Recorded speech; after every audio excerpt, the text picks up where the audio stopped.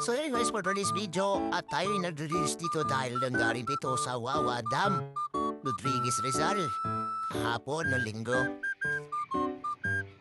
Tamang kalikot-kalikot lang ako dyan na sa mga singit-singit at baka maraming digabok at dumi.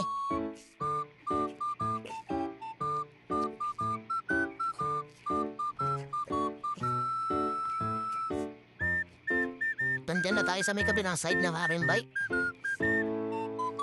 Dahil sinisigurado ko talaga ang pag-release ko nito.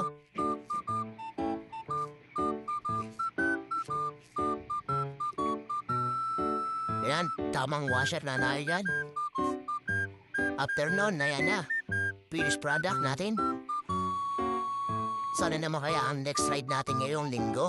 Nasuwi.